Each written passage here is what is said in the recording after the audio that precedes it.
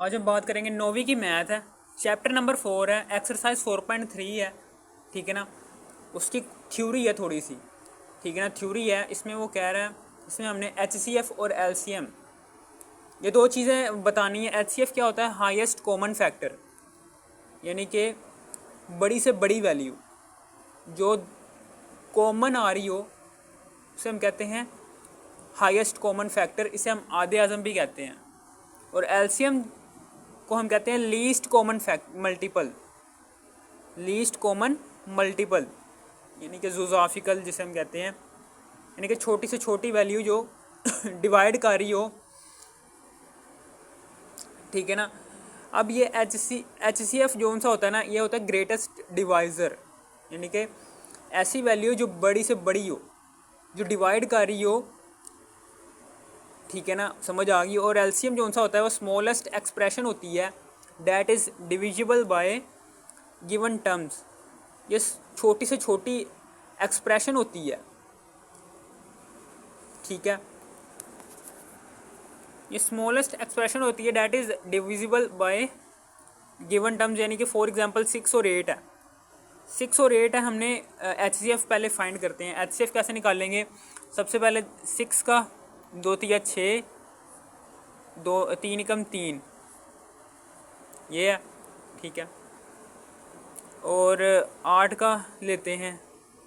8 क्या है? 2 चौके 8, 2 दूनी 4, 2 एकम 2। 6 का क्या आ रहा है? 2 और 3 आ रहा है। 2 और 3 आ रहा है। 8 का क्या आ रहा है? 8 के एलसीएम के अंदर 2 भी आ रहा है, 3 दफ़ा 2 आ रहा है। तो common factor, highest common factor यहाँ पर बस 2 ही नज़र आ रहा है हमें। तो ये 2 क्या है हमारे पास? HCF है। 2 क्या है? HCF, जो इन दो वैल्यूज़ में कॉमन है। हाईएस्ट कॉमन फैक्टर का पता चल गया ना, समझ आ गई आपको? इसे हम कहते हैं HCF। और एलसीएम कैसे निकालेंगे? एलसीएम ऐसे निकालेंगे, इन दोनों का एलसीएम निकालेंगे ऐसे कि 6 और 8, इन दोनों को इकट्ठा लिखेंगे। ये हमने निकाला है यहाँ पर HCF। अब हम निकालने जा रहे हैं LCM। तो ये 2 3 6, 2 चौके 8, 3 एकम 3, 4 वैसे का वैसे ही, 2 दूनी 4, 1, फिर उसके बाद 2 एकम 2। ठीक है। अब उसके बाद इन सारों को मल्टीप्लाई करवा दो। इन सारे जितने भी एलसीएम के अंदर डिवाइज़र्स आ रहे हैं, यानी कि जिनसे हमने मल्टीप्लाई किया है, उनको मल्टीप्लाई करवा। 2 3 6, 6 दूनी 12, 12 दूना 24। तो एलसीएम आ गया हमारे पास 24। ठीक है ना। अब ये वो 24 जोन सी है, 24 ये उसने लिखा हुआ है ग्रेटेस्ट डिवाइज़र। HCF क्या होता है? Highest common factor. ये देखो कॉमन फैक्टर इन 2 6 और 8 में कॉमन फैक्टर 2 है। तो वो 2 क्या है? ग्रेटेस्ट डिवाइज़र भी है और हाईएस्ट कॉमन फैक्टर भी है। बड़े से बड़ा डिवाइज़र भी है 2, जो डिवाइड कर रहा होता है 2 6 और 8 को। ठीक है। और इन दोनों में कॉमन भी आ रहा है। और एलसीएम में smallest expression that is divisible by given terms, यानी कि 24 जोन सी आ रही है ना, ये गिवन टर्म्स को डिवाइड कर रही है। यानी कि फॉर एग्जांपल 24 को ऊपर रखो, 6 को नीचे रखो, 24 को ऊपर रखो, 8 को नीचे रखो, 6 4 24, 8 3 24, यानी कि 24 गिवन टर्म्स को डिवाइड कर रही है। वही बात लिखी हुई है कि एलसीएम जो सी होती है वो वाली एक्सप्रेशन होती है, वो वाला नंबर होता है कि जो डिवाइड कर रहा होता है, that is divisible by given terms. जो सी गिवन टर्म्स होती हैं उसको एलसीएम की जो सी वैल्यू है वो डिवाइड कर रही होती है। ये देखो डिवाइड कर रही है ना, यही वाली बात कह रहा है। अब उसके बाद आगे चलते हैं। एलसीएम और HCF इन दोनों चीज़ों को फाइंड करने के दो तरीके हैं, बाय फैक्टराइजेशन और बाय डिवाइज़र। ठीक है ना, समझ आ गई?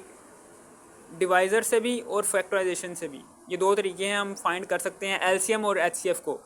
और एलसीएम इज इक्वल टू होता है common factor multiply by uncommon factor. ये देखिए एलसीएम के अंदर हमने एलसीएम जब हमने लिया है तो हमने सारे के सारे जितने भी ये देखे कॉमन फैक्टर ही हमने निकाले थे ना। एचसीएफ में हमने 6 और 8 में से कॉमन फैक्टर ही उठाया था।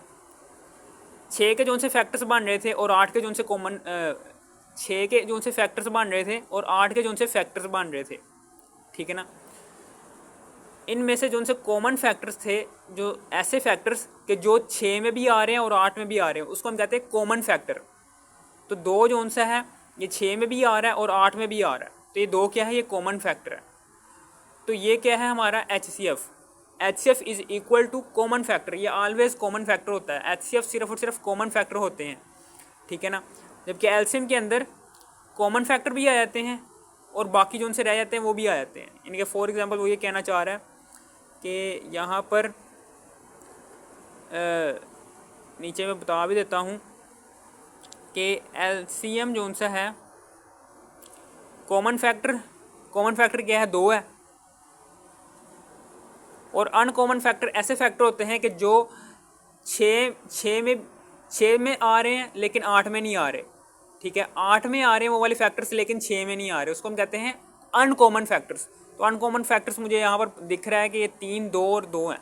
इन तीनों को आप इसमें मल्टीप्लाई करवा दो, 3 दूनी 6, 6 दूनी 12, ये लो 12।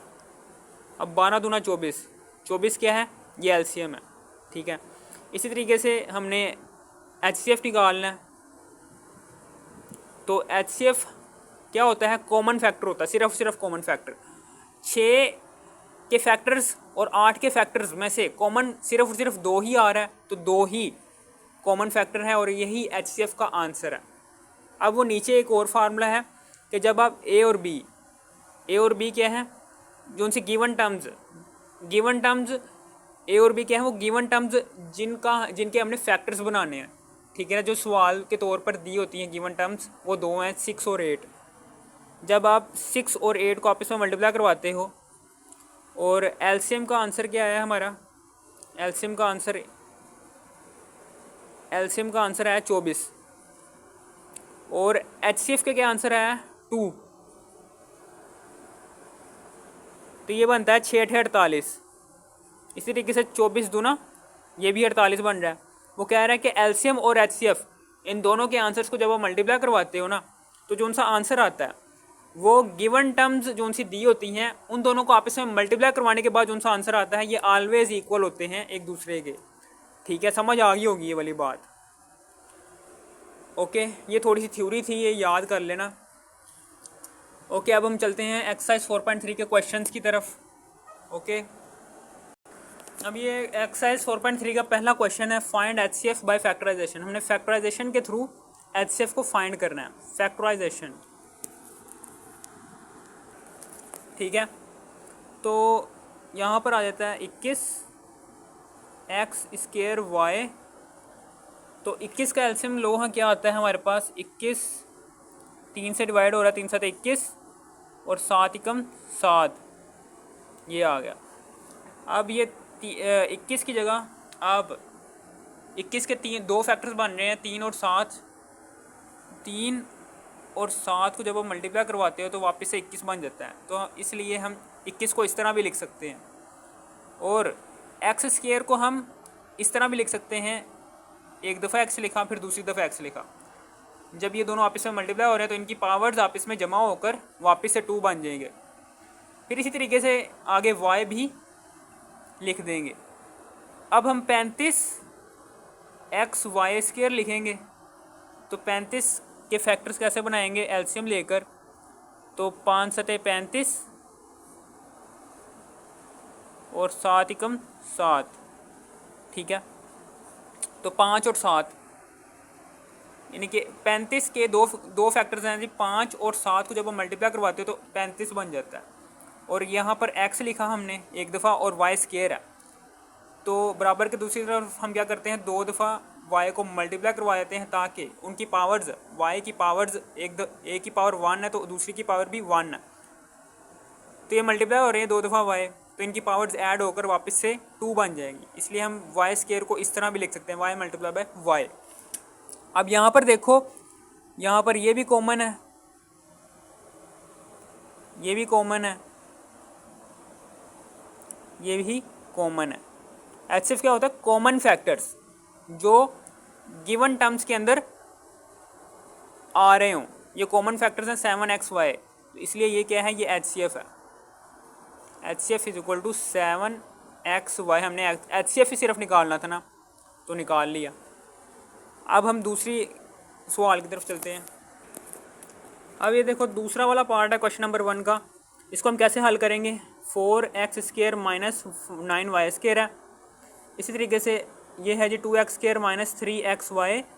तो यहाँ पर ये एक फार्मूला बन रहा है 2 और x, यहाँ पर स्केयर बन जाएगा 2 और x का। 2x का स्केयर लो तो वापस से 4x² बन जाता है, ठीक है ना। इसी तरीके से 3 और y, इसका स्केयर लो तो वापस से 9y² बन जाता है। 3 का स्केयर लो तो 9, y का स्केयर लो तो y², ठीक है।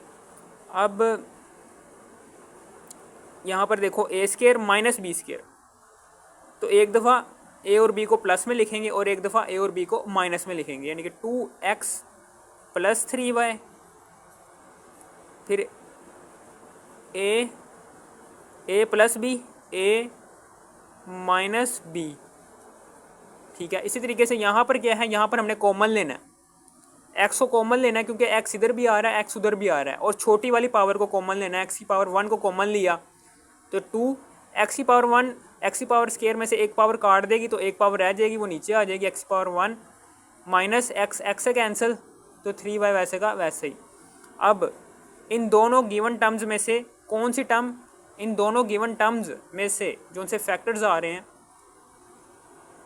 उन फैक्टर्स में से कॉमन फैक्टर्स कौन से हैं? 2x माइनस 3 इधर भी आ रहा है, 2x माइनस 3y इधर भी आ रहा है, तो यही है HCF का आंसर 2x माइनस 3y, ठीक है। अब हम चलते हैं तीसरे पार्ट की तरफ। अब ये देखें x³ माइनस 1 है ये एक तरफ, और दूसरी वाली गिवन टर्म है जी हमारे पास x² प्लस x प्लस 1। अब यहाँ पर हमारे पास फार्मूला बन रहा है ये a³ माइनस b³, यानी कि a³ माइनस b³, तो ये फार्मूला बन रहा है a minus b, a minus b, a का स्केयर, फिर प्लस b का स्केयर, फिर प्लस a और b को आपस में मल्टीप्लाई करो तो x आता है, ठीक है। ये आ गया x minus 1 x square plus x plus 1, ये। जबकि दूसरी तरफ हमारे पास जो सा वैल्यू है वो ये है x square plus x plus 1, ये वाली है। तो गिवन टर्म्स के जो से फैक्टर्स हैं, उन फैक्टर्स में से कॉमन फैक्टर्स ये दो बन रहे हैं, x² प्लस x प्लस 1 इधर भी है, x² प्लस x प्लस 1 इधर भी है, तो यही हमारे पास HCF का आंसर है x² प्लस x प्लस 1। अब हम आगे चलते हैं 4 पार्ट की तरफ। अब ये देखें क्वेश्चन नंबर 1 का चौथा वाला पार्ट है। इसमें एक तरफ दिया हुआ है a³ plus 2a² minus 3a, और दूसरी तरफ दिया हुआ है 2a³ plus 5a² minus 3a। ये गिवन टर्म्स हैं। इन गिवन टर्म्स को हल करने का तरीका क्या है? सबसे पहले तो यहाँ पर कॉमन आ रहा है a, तो ले लो कॉमन। a कॉमन लिया, छोटी से छोटी वैल्यू को हम कॉमन लेते हैं, हमेशा याद रखना। तो a छोटी वैल्यू तो उसी को कॉमन लिया। a³ में से एक पावर काट देगी तो a² रह जाएगा पीछे, वो नीचे आ जाएगा। फिर प्लस 2 a जो सा a² में से एक पावर काट देगी तो पीछे a रह जाएगा, a नीचे आ गया। फिर माइनस 3 वैसे का वैसे ही, a से कैंसिल, ये आ गया। इसी तरीके से यहाँ पर अब हम फैक्टराइजेशन करेंगे। देखें फैक्टराइजेशन करेंगे यहाँ पर, ठीक है, यानी कि मिडल वाली वैल्यू को ब्रेक करने की कोशिश करेंगे। तो 3 मिडल वाली वैल्यू को उन दो वैल्यूज़ में ब्रेक करना है कि जब उन दोनों को आपस में मल्टीप्लाई करें तो 3 है, जब माइनस करें तो 2 है, ठीक है। तो वो दो वैल्यूज़ है जी, ये 3 एकम 3 आ रहा है, ठीक है। अब प्लस 2 आना चाहिए। प्लस 2 कैसे आएगा? प्लस 3 और -1 बड़ी वैल्यू, ठीक है ना। इन दोनों को आप इसमें हल करो, 3 में से माइनस करो 1 +2 आ रहा है। इसका मतलब क्या है, यही दो वैल्यूज़ है जिसमें हमने ब्रेक करवाना है। a² + 3a, a वैसे का वैसे ही, -1 लिखो या ना लिखो आपकी मर्जी है, उसकी जगह a लिख दो। a लाजमी लिखना है क्योंकि मिडल वाली वैल्यू के साथ a लगा हुआ है, -3, ठीक है। अब यहाँ पर a लिखा, अब यहाँ पर कॉमन लेना है हमने a कॉमन लिया, a स्क्वायर में से एक पावर काट देगा तो a रह जाएगा, प्लस a से कैंसिल, 3 वैसे का वैसे नीचे, फिर -1 कॉमन लिया, 1 कॉमन लेंगे तो -1 कॉमन लिया हमने, तो -1 का मतलब है कि ये जो उनसे साइंस है ना -a और -3 के, ये चेंज हो जाएंगे। -a नीचे आकर +a बन जाएगा और -3 नीचे आकर +3 बन जाएगा, क्योंकि बाहर माइनस है तो साइंस चेंज होंगे, हर एक वैल्यू के साइंस चेंज कर देंगे। फिर उसके बाद आगे माइनस के इस तरफ भी a+3 है, माइनस के उस तरफ भी a+3 है, तो a+3 कॉमन ले लिया और a-1, ये वाला a और ये वाला -1 हमने अलग से ब्रैकेट में क्लोज करके लिख दिया। ये लो जी, ये आ गया आंसर, ठीक है। अब उसके बाद ये भी ऐसे ही करना है, यहाँ पर भी हमने a कॉमन लिया तो 2a में से एक पावर काट देगा तो a² आ जाएगा, फिर +5 a जो सा है a² में से एक पावर काट देगा तो a रह जाएगा, फिर -a से कैंसिल 3 रह जाएगा, ठीक है। अब फिर उसके बाद a यहाँ पर ये देखिए, फिर हमने मिडिल वैल्यू को उन दो वैल्यूज़ में ब्रेक करना है कि जब उन दो वैल्यूज़ को आप इससे मल्टीप्लाई करवाएं तो 3 आंसर है, जब माइनस करें तो +5 आंसर है। तो ऐसी दो वैल्यूज़ हैं, वो कौन कौन सी हो सकती हैं? 3 नहीं, सॉरी 6 आंसर है। ये 3 को 2 से मल्टीप्लाई करवाओ, ये a² से पहले जो सी वैल्यू होती है ना, इससे मल्टीप्लाई करवा कर हमने वो वाला आंसर लेकर आना होता है। 3 दूनी 6, ठीक है ना। यानी कि मिडल वाली वैल्यू को हमने उन दो वैल्यूज़ में ब्रेक करवाना है कि जब उन दो वैल्यूज़ को मल्टीप्लाई करवाएं तो 6 है आंसर, ठीक है, और जब माइनस करें तो +5 है। तो ऐसी दो वैल्यूज़ मुझे पता चल गया है, वो ये हैं। 6 को मल्टीप्लाई किया 1 से तो 6 आंसर आ गया। अब +5 निकालना है हमने, तो +5 कैसे आएगा? तो +6 -1 करो, ठीक है। 6 में से माइनस करो, ये देखें 6 में से माइनस करो 1, 5 +5 आंसर आ रहा है। इसका मतलब क्या है, यही दो वैल्यूज़ है जिसमें हमने 5a को तोड़ना है। +6a a क्यों लगाया है? क्योंकि मिडल वाली वैल्यू के साथ a आ रहा है। फिर -1a लिखने के बजाय मैं सिर्फ a लिखता हूँ, क्योंकि जिसके साथ कुछ नहीं होता उसके साथ हमेशा 1 होता है, ठीक है। अब फिर -3 वैसे का वैसे ही। अब यहाँ पर हमने कॉमन ले लेना है, कॉमन लिया, यहाँ पर 2a कॉमन आ रहा है तो 2a कॉमन ले लिया, 2 से कैंसिल, a² में से एक पावर काट देगा तो a रह जाएगी, फिर प्लस 2 तिया 6, 2 के पहाड़े में 6 कहाँ पर आ रहा है? 3 पर आ रहा है, तो 2 तिया 6, a से कैंसिल वैसे का वैसे, फिर -1 कॉमन लिया, ठीक है। अब -1 कॉमन लिया है तो हर एक वैल्यू का साइन चेंज होगा और वो वाली वैल्यूज सेम नीचे आ जाएंगी, तो माइनस चेंज होकर प्लस में चेंज हो जाएगा। प्लस लिखो या ना लिखो आपकी मर्जी है। वो वाली वैल्यू a जो सी है वैसे की वैसे नीचे आ जाएगी, 3 भी वैसे की वैसे नीचे आ जाएगी, लेकिन इसका साइन चेंज होगा, माइनस बन जाएगा, यहाँ पर प्लस नीचे आ गया बस, क्योंकि बाहर माइनस लगा हुआ है, यहाँ पर माइनस है इसलिए साइन चेंज हो रहे हैं। अब फिर उसके बाद आगे माइनस की इस तरफ भी a+3 है, माइनस के दूसरी तरफ भी a+3 है, तो a+3 को हमने कॉमन ले लिया और ये 2a और -1 ये हमने अलग से ब्रैकेट लगाकर क्लोज करके दिखा दिया, ये है। अब कॉमन फैक्टर्स यहाँ पर क्या हैं? ये देखें, a इधर भी आ रहा है, a इधर भी आ रहा है, a+3 इधर भी आ रहा है, a+3 इधर भी आ रहा है। इसका मतलब क्या है? HCF हमारे पास आ गया a और a+3, ये लो जी, ये ही HCF का आंसर है। हम चलते हैं अगले पार्ट की तरफ। अब यहाँ पर क्वेश्चन नंबर 1 है। क्वेश्चन नंबर 1 के 5वें पार्ट के अंदर तीन गिवन टर्म्स हैं, उन तीनों गिवन टर्म्स के फैक्टर्स बनाकर कॉमन फैक्टर्स निकालने हैं और वही HCF का आंसर होगा। तो पहली गिवन टर्म है जी t² + 3t - 4, इसको हल कर लेते हैं। अब इसको कैसे हल करेंगे, ये देखें, ये दो दर्जी मसावात है, यानी कि पोलिनोमियल जिसे हम कहते हैं, कुछ भी कह लो। अब ये देखें, ये मिडिल वाली वैल्यू को हमने उन दो वैल्यूज़ में ब्रेक करना है कि जब उन दो वैल्यूज़ को मल्टीप्लाई करो तो 4 आंसर आए और जब माइनस करो तो 3 आए। तो ऐसी दो वैल्यूज़ हैं जी, बता देता हूँ मैं कौन सी है, मुझे साफ पता चल रहा है कौन सी है। ये वाली है, 4 को मल्टीप्लाई करो 1 से तो 4 आंसर आ गया, 4 बन गया। अब 3 + 3 निकालना है हमने, तो +4 और -1, ठीक है। 4 में से माइनस करो 1 को तो हमेशा आंसर आता है +3। ये लो जी, यही दो वैल्यूज़ है जिसमें हमने तोड़ना है मिडिल वाली वैल्यूज़ को। t² + 4 लगाकर t लाजमी लगाना है क्योंकि मिडिल वाली वैल्यू के साथ t लगा हुआ है। फिर -1t लिखने के बजाय सिर्फ t लिख दो, क्योंकि जिसके साथ कुछ नहीं होता उसके साथ 1 होता है।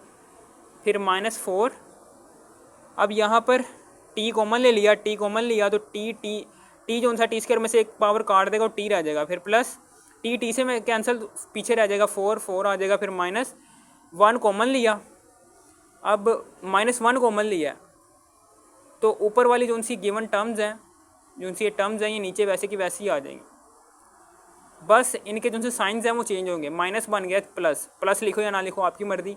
फिर 4 के साथ जो सा माइनस लगा हुआ है ये नीचे आकर प्लस में चेंज हो जाएगा, क्योंकि बाहर माइनस है तो हर एक वैल्यू का साइन चेंज होगा, तो तभी ये ब्रैकेट में हम लिख पाएंगे उसे, ठीक है।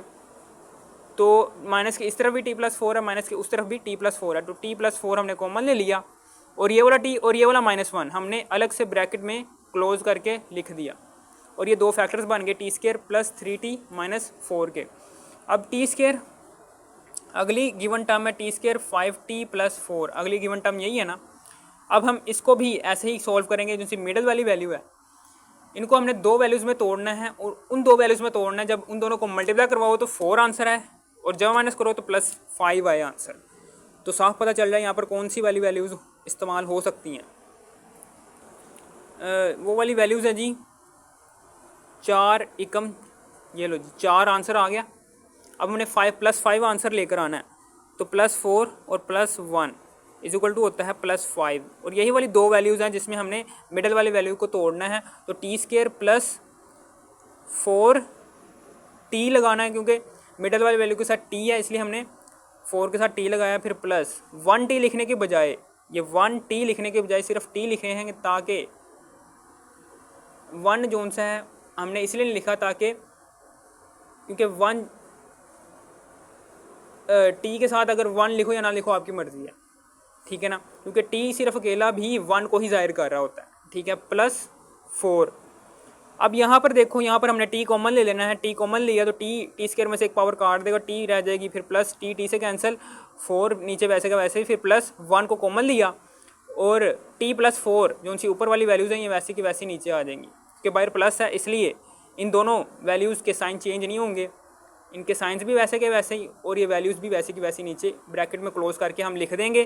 फिर उसके बाद t+4 प्लस के इस तरफ भी है, प्लस के उस तरफ भी है, तो t+4 हमने कॉमन ले लिया और ये वाला t और ये वाला +1 हमने अलग से ब्रैकेट में क्लोज करके लिख दिया। अब ये दो फैक्टर्स बन गए t² + 5t + 4 के। अब t² -1 है, अब यहाँ पर भी फार्मूला बन रहा है a² - b², ठीक है। तो a² - b², इसका मतलब क्या है कि एक दफ़ा a और b को प्लस में लिखेंगे ब्रैकेट में क्लोज करके, और एक दफ़ा ब्रैकेट में क्लोज करके a और b को माइनस में लिखेंगे। तो a + b, फिर उसके बाद a - b। अब फिर उसके बाद यहाँ पर, और ठीक है जाओ तुसी, फिर उसके बाद ये कॉमन फैक्टर्स हैं, इन तीनों गिवन टर्म्स के फैक्टर्स में से कॉमन फैक्टर निकाल लेंगे। कॉमन फैक्टर ये है, ये वाला भी कॉमन फैक्टर है, यानी कि t+1 इधर भी आ रहा है, t+1 इधर भी आ रहा है, यार अब ये देखिए यहाँ पर कॉमन फैक्टर नहीं आ रहे, t+4 कॉमन फैक्टर यहाँ पर तीनों में नहीं आ रहा है, आपको नहीं दिख रहा है यहाँ पर कॉमन फैक्टर कोई। तो कॉमन फैक्टर बनाने के लिए हम क्या करते हैं, हम सवाल में थोड़ा सा चेंज कर देते हैं। ये +3t की जगह हम यहाँ पर लिख देते हैं -3t, ठीक है। तो यहाँ पर भी हम -3t लिखेंगे, ठीक है। अब हम क्या करेंगे, यहाँ पर इसको हल करने की कोशिश करेंगे। तो हल करने की कोशिश करते हैं। ये देखें, हमने मिडिल वाली वैल्यू को उन दो वैल्यूज़ में तोड़ना है। जब उन दो वैल्यूज़ को मल्टीप्लाई करवाओ तो 4 आंसर आए, जमा माइनस करवाओ तो -3 आंसर आए। तो हमें पता है कि टी स्क्वायर, वो वाली दो वैल्यूज़ हैं जी, ये वाली दो वैल्यूज़ हैं। 4 को 1 से मल्टीप्लाई करो तो 4 आंसर आ गया। अब -3 हमने आंसर लेकर आना है। तो -3 कैसे लेकर आएंगे, -4 + 1, ठीक है। -4 + 1 करो हम, -4 + 1 आंसर आ रहा है हमारे पास -3। तो ये -3 आंसर आ रहा है। तो ये भी मिडिल वाली वैल्यू भी -3 ही है। तो यही वाली दो वैल्यूज़ है जिसमें हमने मिडिल वाली वैल्यू को तोड़ना है। तो तोड़ दो, -4t, फिर प्लस लिखा, और दूसरी वाली वैल्यू जी 1t। हमने 1t नहीं लिखना, सिर्फ t लिखना है, ताकि t के साथ 1 लिखो या ना लिखो आपकी मर्ज़ी है, क्योंकि t वैसे ही आपको 1 जाहिर कर रहा होता है अपने आप को। -4 वैसे का वैसे ही। अब यहाँ पर t कॉमन ले लेंगे, t स्क्वायर में से एक पावर काट देगा और t रह जाएगी, फिर माइनस t से कैंसिल, और 4 वैसे का वैसे ही, फिर +1 कॉमन ले लेंगे। और चूँकि +1 हमने कॉमन लिया तो +t और -4 के साइंस चेंज नहीं होंगे, ये वैसे वैसे साइंस आ जाएंगे। t वैसे का वैसे ही और -4 भी वैसे का वैसे ही। अब प्लस के इस तरफ भी t-4 है, प्लस के दूसरी तरफ भी t-4 है, तो t-4 को हमने कॉमन ले लिया, और ये वाला t और ये वाला +1 हमने अलग से ब्रैकेट में क्लोज करके लिख दिया। अब ये देखो, t+1 इधर भी आ रहा है, t+1 इधर भी आ रहा है, और t+1 इधर भी आ रहा है। तो ये क्या है, ये कॉमन फैक्टर है। कॉमन फैक्टर यानी कि है, तो यही HCF का आंसर है, t+1, ठीक है। समझ आ गई आपको। अब हम चलते हैं अगले पार्ट की तरफ। अब क्वेश्चन नंबर 1 का आखिरी वाला पार्ट है, 6th पार्ट। इसमें भी 3 टर्म्स दी हुई हैं जिसको हमने फैक्टर्स बनाने हैं, जिसके x² + 15x + 56, ये पहली टर्म है, ठीक है। तो हमने 15x को उन दो वैल्यूज़ में तोड़ना है कि जब उन दो वैल्यूज़ को मल्टीप्लाई करो तो 56 आंसर है, और जब माइनस करो +15 आंसर है। तो वो वाली दो वैल्यूज़ है जी, ये वाली 8 × 7 = 56, 56 आ गया। अब 8 को जमा करो 7 में, 7 × 7 = 14, 15 आ रहा है, तो +15 आंसर आ रहा है। इसका मतलब क्या है, यही दो वैल्यूज़ है जिसमें हमने +15 को तोड़ना है। +8 लिखा और साथ में x लाजमी लिखना है, क्योंकि मिडिल वाली वैल्यू के साथ भी x लिखा हुआ है। +7 लिखा, x लाजमी लिखना है, फिर +56। फिर उसके बाद यहाँ पर हमने x कॉमन लिया, x में से एक पावर काट देगा तो x रह जाएगी, फिर +x से कैंसिल, 8 रह जाएगा, फिर +7। फिर उसके बाद यहाँ पर 7 में से 7 के 7 से कैंसिल हो जाएगा, x पीछे रह जाएगा, फिर +7 56 से डिवाइड होकर 8 बन जाएगा, 7 × 8 = 56 हो गया। अब यहाँ पर प्लस के इस तरफ भी x + 8 है, प्लस के दूसरी तरफ भी x + 8 है, तो x + 8 को हमने कॉमन ले लिया, x और +7 को हमने एक ब्रैकेट में क्लोज करके लिख दिया। फिर उसके बाद x² + 5x, फिर -24 है। अब ये कैसे करेंगे हम, अच्छे ना देखिए तेरे सिर दे भेजना। फिर यहाँ पर भी हमने मिडिल वाली वैल्यू को उन दो वैल्यूज़ में तोड़ना है कि जब हम उन दो वैल्यूज़ को मल्टीप्लाई करें तो 24 आंसर है, जब माइनस करें तो 5 आंसर है। तो ये वाली दो वैल्यूज़ है जी, ये है 8 × 24 और +5 लेकर आना है हमने। तो +5 कैसे लेकर आएंगे, +8 - 3, 8 में से माइनस करेंगे 3, तो +5 आंसर आ जाएगा। यही दो वैल्यूज़ है जिसमें हमने मिडिल वाली वैल्यू को तोड़ना है। तो x² + 8 लिखा, x लाजमी लिखना है, फिर -3 लिखा, x लाजमी लिखना है क्योंकि मिडिल वाली वैल्यू के साथ x लिखा हुआ है, -24। फिर यहाँ पर इन दो वैल्यूज़ में से x कॉमन लिया, ठीक है।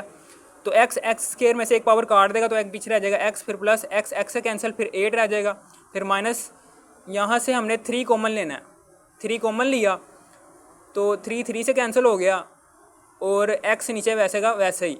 अब माइनस बाहर है तो साइंस चेंज होंगे, ये वाला तो साइंस चेंज हो गया एक्स का, इधर माइनस था नीचे आकर प्लस में चेंज हो गया, फिर ये माइनस इधर भी साइन चेंज कर देगा, ये बन जाएगा प्लस।